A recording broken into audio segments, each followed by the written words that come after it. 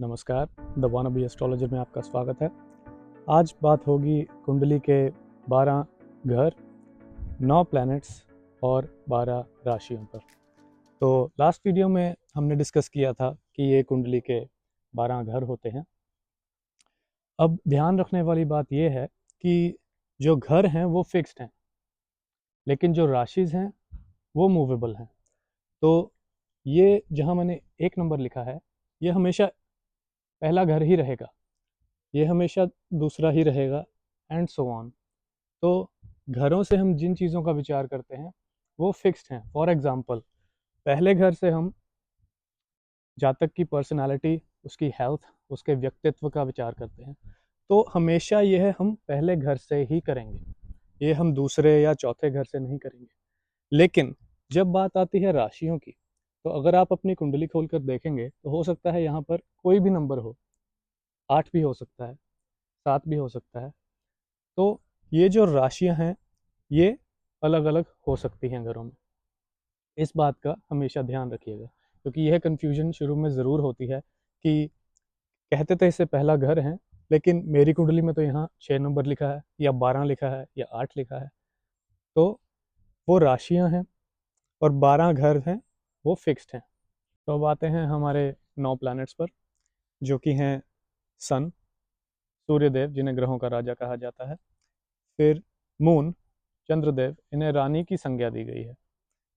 फिर आते हैं हमारे मार्स, मंगल देवता, जो कि देवताओं के सेनापति कहे जाते हैं।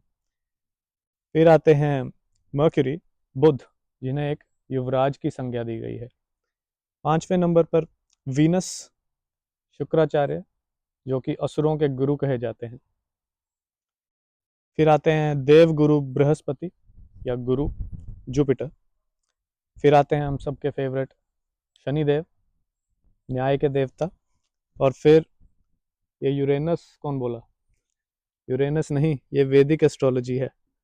यहाँ पर हम कंसिडर करते हैं राहु और केतु को।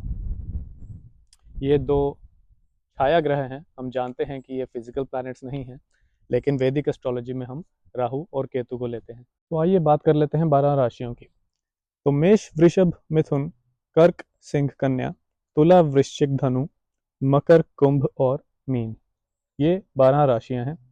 और इन राशियों के स्वामी हैं जो 9 प्लैनेट्स हैं, ये आपस में लॉर्डशिप रखते हैं इन 12 राशियों की। तो जैसे कि आप देख सकते हैं कि मेष के स्वामी मंगल हैं, वृषभ के शुक्र, मिथुन के बुध, कर्क के चंद्रमा, सिंह के सूर्य, कन्या के बुध, तुला के शुक्र, वृश्चिक के स्वामी मंगल हैं, धनु के गुरु, मकर और कुंभ के स्वामी शनिदेव और मीन राशि के स्वामी गुरु। और जब बात हमारे दो छाया ग्रह राहु और केतु की आएगी, तो इन्हें राहु को कुंभ और केतु को वृश्चिक का नेचुरल रूलर माना जाता है। तो इन दो राशियों के दो रूलर्स हो जाएंगे। Scorpio will be ruled by Mangal और केतु, और एक्वेरियस शनि और राहु। तो जैसा कि आप देख सकते हैं कि सूर्य और चंद्रमा को छोड़कर जितने भी प्लैनेट्स हैं उनके पास दो राशियां हैं। सूर्य और चंद्रमा सिर्फ एक एक राशि के स्वामी हैं, कर्क और सिंह के। तो ये वो पार्ट है एस्ट्रोलॉजी का जो आपको याद करना पड़ेगा। बिना इसे याद किए हम आगे एस्ट्रोलॉजी प्रैक्टिस नहीं कर सकते। वैसे तो एस्ट्रोलॉजी प्रैक्टिस करते समय ज़्यादा जोर इंट्यूशन पर होता है, लेकिन उस इंट्यूटिव जोन में जाने के लिए भी आपको कुछ डेटा चाहिए होता है जो बैक ऑफ द माइंड आपको रन करना पड़ेगा, और ये बेसिक्स आपको याद होने ही चाहिए।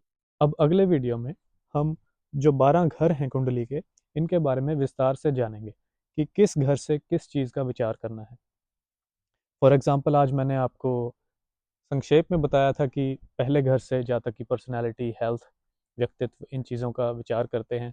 ऐसे ही जो बाकी घर हैं, फॉर एग्ज़ाम्पल संतान का विचार पंचम घर से होता है, मकान प्रॉपर्टी का चौथे घर से, पिता का विचार 9th हाउस से करते हैं। ऐसे ही हम इनके बारे में विस्तार से वन बाय वन जानेंगे। तो जैसा कि आप सब जानते हैं कि हमारे सनातन धर्म में, हमारे वैदिक लिटरेचर में जो जितने भी देवी देवता हैं या ग्रह हैं, उन्हें एक पर्सोनिफाइड वे में प्रेजेंट किया गया है। यानी कि उनका एक व्यक्तित्व है, वो सिर्फ एक सेलेस्टियल बॉडी नहीं है आकाश में, उनका एक व्यक्तित्व है, उनका स्वभाव है, उनका एक रूप है। तो जब तक हम इन ग्रहों को इस तरह से नहीं जानेंगे, फॉर एग्जांपल हम नहीं जानेंगे कि जुपिटर दिखने में कैसे लगते हैं, वो किस तरह के कपड़े डालते हैं, क्या रंग है, कैसा स्वभाव है। शनिदेव हम जानते हैं दिखने में इज़ वेरी रूथलेस। तो इस तरह से जब तक हम इनको स्टडी नहीं करेंगे, हम उनके फ्लेवर को, उनके पर्सनल फ्लेवर को प्लैनेट्स के अपनी प्रिडिक्शंस में इंक्लूड नहीं करेंगे, हमारी प्रिडिक्शंस उतनी अच्छी नहीं हो पाएंगी। और अगर हमने इन्हें इस तरह से पर्सनली जान लिया तो हमारे लिए प्रिडिक्शंस का खेल और आसान हो जाएगा।